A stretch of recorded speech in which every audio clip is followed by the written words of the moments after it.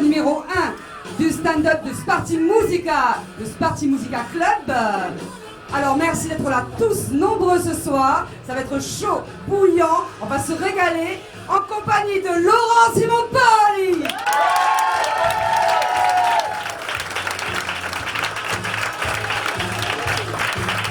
Frédéric Balbino.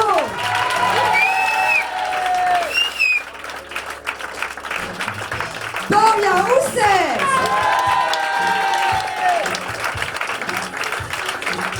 Patricia Catagega. Anne Malaspina. Dominique, elle est là. Dominique Fumaroli.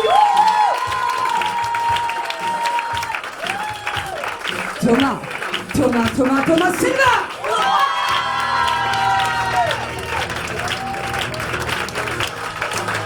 Et Jean-Yves Bonita.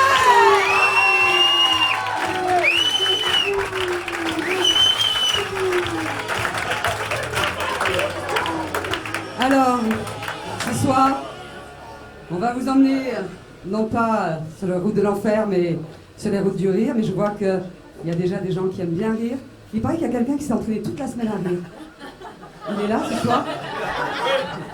Est-ce que je peux avoir un petit exemple de rire? Uniquement pour Jean-Yves? C'est pas sympa ça. Attention. Pierre? Non? C'est bon? Tu gardes ton sérieux, c'est bien. Ok. Alors on va y aller.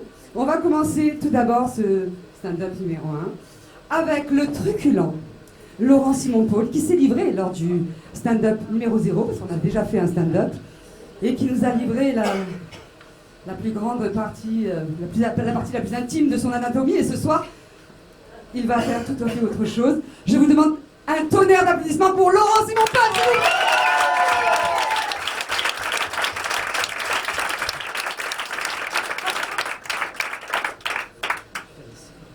C'est au cas où si c'est pas drôle. Les chiens, c'est ça. Du coup, en fait, je voulais dire qu'aujourd'hui, on ne peut plus dire grand-chose. Comme ça, c'est bien. Ah, voilà. Mieux. Donc, je veux dire qu'on ne peut plus dire grand-chose, et tous les gens qui parlent aujourd'hui, même quand on parle dans sa propre communauté, on se fait toujours allumer. Je pense à ce pauvre Pierre Palmade, récemment, qui a avoué, qui a fait son coming out, qui a dit qu'il était homo. Et puis, il a fait une distinction entre les homos et les gays. En fait, il disait que les gays, c'est ceux qui s'affichent, et puis les homos, tu sais qu'ils sont homos le jour où tu vas dans ta chambre à coucher. Et sauf qu'il s'est fait traiter d'homophobe, du coup. Et moi, ça me rappelle un film que j'ai fait avec Célia Picciot, qui est dans la salle, je ne sais pas où, il y a quelques années, où on abordait le sujet, quoi. Et on faisait, nous, la distinction entre les PD et les homos, en fait. C'est pas pareil. PD, c'est un état d'esprit. Les flics, par exemple, c'est PD. Ils ne sont pas forcément homos. Donc avant, quand tu traitais un CRS de PD, tu insultais le CRS. Maintenant, quand tu traites un CRS de PD, tu insultes le PD. Tu insultes les homos, en fait. C'est ça le problème. Les valeurs sont complètement inversées, c'est compliqué, quoi. D'ailleurs, c'est pour ça, vous avez vu récemment, il y a une association qui s'est créée ici. Une association LGBTI. Alors, elle, je sais ce que c'est lesbienne ou lesbien. Moi-même, je suis un lesbien totalement assumé. G, c'est les gays. Bi, c'est les types qui se disent qu'ils sont bisexuels pour pas dire qu'ils sont homo. Parce que toutes les femmes, elles sont bi, donc c'est, mais les types, voilà. T, c'est les trans. Et I, les indécis. Ceux qui ne savent pas encore, on n'ose pas le dire. Ceux qui, là, on se dit, putain, peut-être ce qu'il va nous dire qu'il est homo, quoi, ça fait du bien à tout le monde, ça va nous soulager. Là, on se dire, il n'y a que lui qui ne le sait pas, quoi. J'ai un ami comme ça, et nous, un ami, on sait tous qu'il est homo, mais il ne veut pas dire. Il maintient qu'il est hétéro. Un jour, il nous dit, j'ai un truc hyper important à vous dire. Et je viens à la maison, nous, on se dit, ça y est, c'est comme une autre, c'est super et tout. On est là, on l'attend et tout. Et il arrive, il dit, faut que je change mon salon et j'hésite entre deux canapés. Un rose et un bleu. C'est ça le truc important que tu as à. Ah oui, j'aimerais bien prendre le rose, mais ça fait pas un peu soin de soin. Bah, tu le prends dans les visiteurs, quoi. Soin de soin, ça veut dire quoi? Ouais, tu sais, soin de soin. Et là, là, j'explose, quoi. Je dis, dis-le que t'es homo, quoi. Qu'est-ce qu'on s'en fout? T'es notre ami, mais tu t'encules par qui tu veux, on s'en fout. Dis-le, quoi. Et il maintient qu'il l'est pas. Et moi, alors, je déverse un truc, je dis, mais enfin, tu rigoles, quoi. Ta copine, elle est en train de sécher sur pied tellement tu l'embrasses jamais. Tu vois? Je dis, non, mais je suis pas très démonstratif. Et tout. Je dis, mais tu portes un sac à main. Un sac à main, c'est une sacoche. Tu m'as offert des haltères à moi pour mon anniversaire. Oui, mais en ce moment, j'ai fait remarquer, tu te laisses un peu aller. Je dis, quand on va courir, tu mets un collant. Là, je me sens à l'aise dedans. Tu veux pas qu'on t'endorme pour une coloscopie? Ouais. J'aime bien savoir ce qu'on fait. T'es fan de Daniela Lombroso. Ah oui, mais alors quel rapport? Non, c'est vrai. Et du coup, je me suis senti vachement mal à l'aise, quoi. J'ai enfilé les clichés les plus éculés sur l'homosexualité. Mais je me dis, merde, tu vois, c'est n'importe quoi. Je me dis, ce pauvre type, il est différent. Puis, il est différent, ça veut dire quoi différent? C'est quoi la norme? Il n'y a pas de norme aujourd'hui. Il n'y a pas de norme. Hein. On pense tous à cette séquence qu'on a vue là. Ce type est sur un plateau de télévision, le journaliste dit, ah, il n'y a que des hommes ici, puis lui il dit, ah bon, non, qu'est-ce qu'il me dit que je suis un homme? Il est barbu et tout, le type et tout, tu vois. Ah ouais, l'autre, il est journaliste, il reste con, il dit, enfin, bon, à votre apparence. Oh bah alors, si on confond identité de genre et expression de genre, où va-t-on, quoi, tu vois? Personne n'a compris qu'il était homme-femme, on a tous compris que c'était un gros con quand même, hein. Du coup, quelques temps plus tard, alors, je repensais à cette phrase aussi d'un philosophe que j'aime beaucoup, Michel Audiard. Et Michel Audiard, il dit un truc très juste. Il dit, tu sais, quand ça ressemble à un canard, que ça vole comme un canard, que ça jacte comme un canard, c'est que c'est un canard. Ça m'a fait du bien. Et du coup, quelques temps plus tard, mon ami revient à la maison, avec un grand type moustachu et tout. Et il dit, ouais, notre dispute, ça m'a fait du bien, du coup, c'est vrai, voilà. Il fait son coming, tu vois, il dit, voilà, je suis beau, Jean-Pierre, je me présente Jean-Pierre, c'est mon ami, c'est mon amour, etc. Ah putain, il était soulagé, du coup, Jean-Pierre, moi, je vais m'embrasser, merci, etc. Et puis le mec, il avait un petit accent. Jean-Pierre, tu viens d'où? Comment vous êtes connu? Bah, on s'est connu à un contrôle de police. Et pourquoi? Parce que je suis CRS, je vais demander de voir. Du coup, moi, j'ai embrassé un CRS. Et ça, c'était dur quand même. J'aurais bien fait de fermer ma gueule. Et du coup, en pensant aux gens qui me fermer leur gueule, hier, j'écoutais la radio, ça n'a rien à voir, mais il y avait un type là, qui se battait pour les paillotistes, les paillotiers, je sais pas comment. Et il disait, toute la course est derrière nous. Oh, moi, non. Attention, j'ai rien contre les paillotes, hein, j'y vais moi aussi, ça me plaît, etc. Et j'ai rien contre les gens qui défendent leur gagne-pain, hein, mais bon, fais-le quand même avec un peu de décence et d'argument, quoi. Là, t'as les agriculteurs qui débarquent, qui disent attention, l'agriculture corse est en péril, tu ne mets pas les transats sur la plage. On les connaît. Ils en vendent des prix d'eau sur la plage. Des veaux? Ah non. Hein. Demain, il va y avoir la filière bois qui va descendre, qui va dire, ah, si on ne fait plus des paillotes, que devient la forêt corse, hein. Ah ouais. D'autant plus que, quand même, moi je vois des amis nationalistes qui défendent ça, quoi. Nationalistes des primatriques. Alors, ça, c'est une expression nationaliste des primatriques qui est apparue en 2015. Hein. Avant, on ne disait pas ça. Avant, ça ne se disait pas, on disait nationaliste. Et littéralement, ça veut dire nationaliste de premier choix, de première qualité. Hein. Ça veut dire qu'il y en a qui sont discount, en fait. Il y en a qui sont en solde. Hein, ou bradés même, certains. Hein.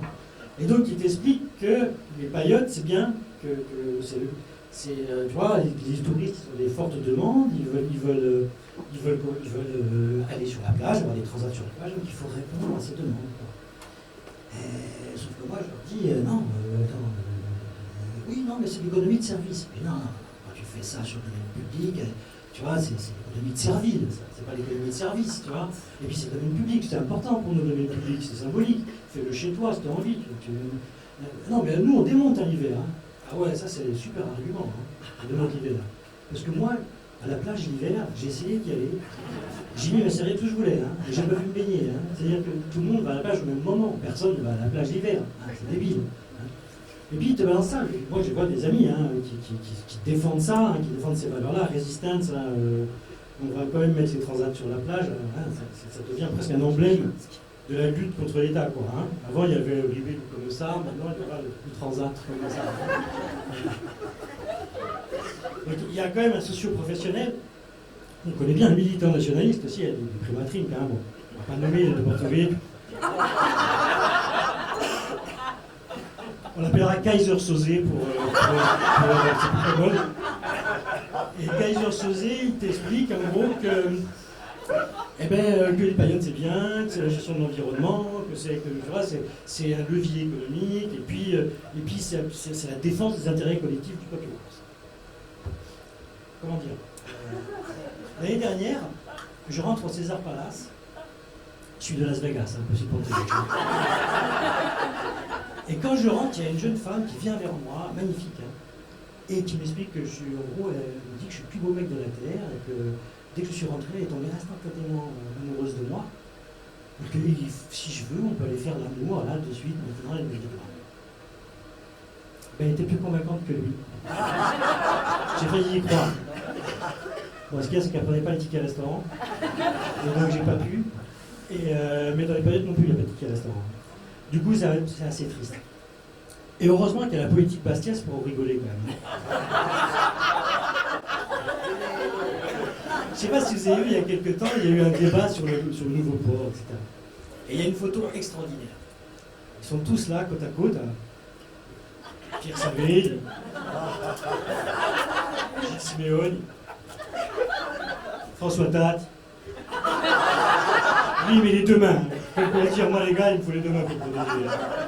Et Jean Ducalé. Les gars, c'est un débat, on va pas jouer à Chabit, quoi. Arrêtez, détendez-vous. La photo, on dirait Usual Suspect. Alors, c'est marrant, c'est que c'est Usual Suspect, mais avec les personnages du parrain. Le parrain, tout le monde connaît le parrain, j'espère. Le parrain, c'est un des 3 meilleurs films du monde. Les deux autres étant le parrain 2 et le parrain 3. Il y a tout dans le parrain. Tout ce que vous devez savoir sur la vie, c'est dans le parrain. Et là, on a les personnages du parrain. Par exemple, Gilles Siméone, Michael Corleone. Un fils qui reprend les affaires du père en les faisant prospérer et en éradiquant la violence. Et si vous remarquez bien en ce moment Gilles Siméone, quand il parle de la préfète, on a l'impression qu'il aimerait bien qu'elle retrouve une tête de cheval dans son lit matin. Pierre Savé, c'est spécial. Pierre Savé, il y a une ressemblance physique frappante avec un personnage du parrain. Dans le parrain, Mo Green. Mo Green, un des fondateurs de Las Vegas. Attention! Mais c'est pas tout. C'est que Mo Green, il est abattu dans le parrain. Et il est abattu où? Sur une table de massage. Et quel est le véritable métier de Pierre Savé? Il est ostéopathe. Coïncidence? Moi, je crois pas. Mon préféré, c'est François Tat.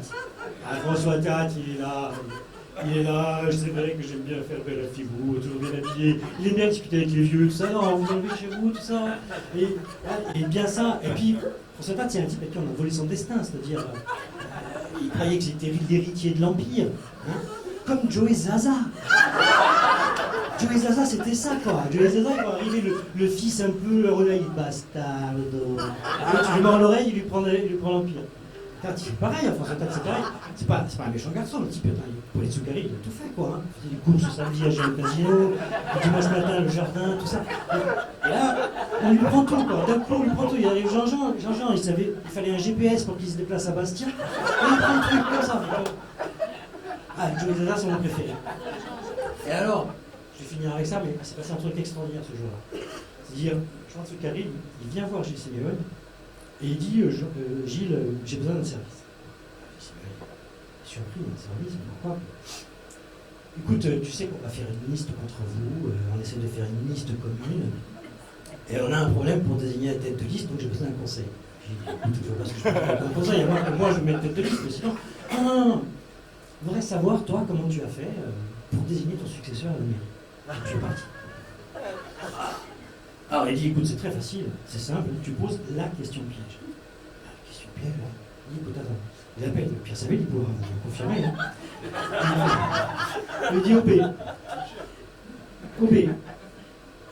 quel est le fils de ton père ou de ta mère qui n'est ni ton frère ni ta soeur? Pierre Savelli réfléchit, il dit, c'est simple. Le fils de mon père, ma mère qui n'est ni mon frère ni ma soeur, c'est moi, Pierre Savelli. J'ai dit, il se retrouve faire Jean-Jean. Qu'est-ce qu'il fait, Jean, ce gars-là? Il va, il chope de suite, François Tate, et Joey Zaza. Il dit, Joey, je vais te poser une question. Et lui, il répond à la question, quel est le fils de ton père et ta mère qui n'est ni ton frère et ta soeur? Tate, il est méfiant. Tate, il s'est dit, la dernière fois que les Tsoukaris m'ont posé une question, je me suis fait niquer. Hein.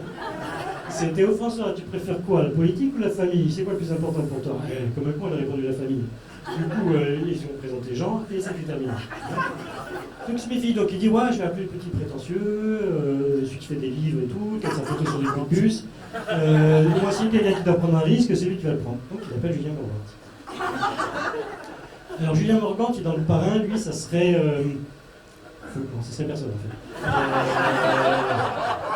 Non, même pas Fredo. Non, même pas Fredo. Fredo, il est sympa. Et donc il pose la question à Julien Morgante. Julien, quel est le fils de ton père et de ta mère qui n'est ni ton frère ni ta soeur? Julien Morgante, qui réfléchit un peu, dit bah, c'est forcément moi, il n'y a qu'une seule réponse, c'est moi. Donc, François Tate, il repart vers Jean. Il dit aux gens, j'ai la réponse à ta question. Vous la voyez venir. Hein. Le fils de mon père et de ma mère, qui n'est ni mon frère ni ma soeur, c'est facile, c'est Julien Morgante. Et Jean Tsoukaris dit qu'il y a vraiment une dessous que ça peut pas être Julien Morgante, puisque c'est Pierre Savelli. Merci.